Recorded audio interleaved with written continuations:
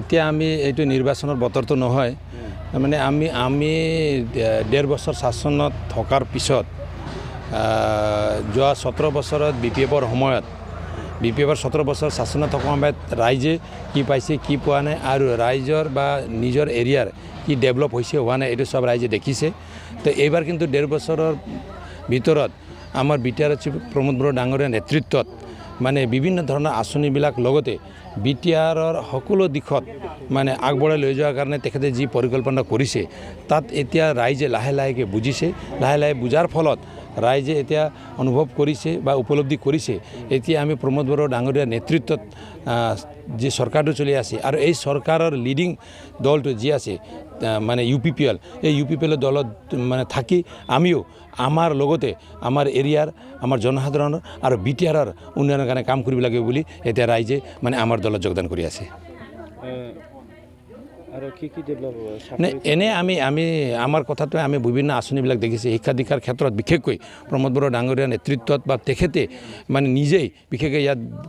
বেলেগ ধৰণৰ এটা পদক্ষেপ হাতত লৈছে মানে এডুকেশ্যন সাইডটো তেখেতে বেছি গুৰুত্ব দিছে মানে এডুকেশ্যনৰ ফালে ডেভেলপ যদি নহয় আমি অলৰাউণ্ড ডেভেলপ আমি হ'ব নোৱাৰিম আমি শিক্ষা দীক্ষাত বহুত পিছ পৰি আছোঁ আমি চৰকাৰী স্কুলৰ পৰা আপোনাৰ চৰকাৰী স্কুলৰ স্থিতি যদি আমি চাওঁ তেনেহ'লে আজি চৰকাৰৰ ফালৰ পৰা বহুত মানে ইয়াত আঁচনিবিলাক আহিলেও আমি এই আঁচনিবিলাকটো ভালকৈ ৰূপায়িত কৰিব পৰা নাই আজি মানে এছএছচি হওক ডিপিপিৰ আৰম্ভ কৰি এছএছচি আৰএমএছএ ৰুচাৰ যি স্কিমবিলাকটো আছে এই স্কিমবিলাকটো আমি কিমান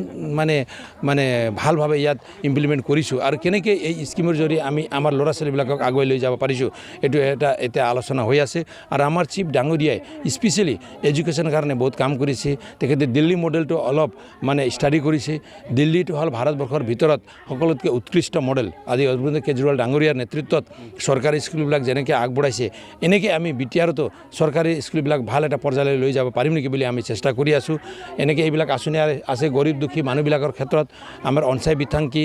এটা স্কিম আছে আৰু আমাৰ জ্ঞান চৰাং এডুকেশ্যনৰ কাৰণে আছে এতিয়া আমি এইবাৰ ৰোগ নিৰ্মূল এটা আঁচনিটো লৈ আহিছোঁ এনেকৈ বহুত স্কিমবিলাক আমি জনসাধাৰণৰ কাৰণে লৈ আছোঁ তো এইবিলাক সকলো বস্তুটো ৰাইজে দেখিছে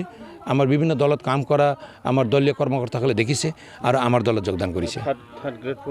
না এতিয়া থাৰ্ড গ্ৰেড ফ'ৰ বহুতে বিভিন্ন কথাটো কৈ আছে মানে এই যোৱা অসম চৰকাৰে যি ইণ্টাৰভিউটো লৈছে এই ইণ্টাৰভিউৰ সময়ত এনেকৈ এটা আমাক দোষাৰোপ কৰিছে চৰকাৰক এতিয়া থাৰ্ড গ্ৰেড ফ'ৰ্থ গ্ৰেডটো বিটিচি একৰ্ডত আমাৰ হাতত আছিল এতিয়া অসম চৰকাৰে দিবলৈ গৈ আছে কিন্তু এইটো ভুল ব্যাখ্যা তেখেতসকলে কৰিছে থাৰ্ড গ্ৰেড ফ'ৰ্থ গ্ৰেডটো এইটো আমাৰ অধিকাৰ আমি দিম যিমান থাৰ্ড গ্ৰেড ফ'ৰ্থ গ্ৰেডৰ চাকৰিটো আছে আমিয়ে দিম আৰু যোৱা কেবিনেট যি অসমত যি কেবিনেটটো অসমৰ কেবিনেট কোকৰাঝাৰত হৈ গ'ল এই কেবিনেটৰ মিটিঙতে আমাৰ অসমৰ মুখ্যমন্ত্ৰী ডাঙৰীয়াই ডক্টৰ হিমন্ত বিশ্ব শৰ্মা ডাঙৰীয়াই স্পষ্টকৈ কৈ দিছে থাৰ্ড গ্ৰেড আৰু ফ'ৰ্থ গ্ৰেডটো এইটো বিটিআৰৰ বিষয় এই বিটিআৰে দিব বুলি থেংক ইউ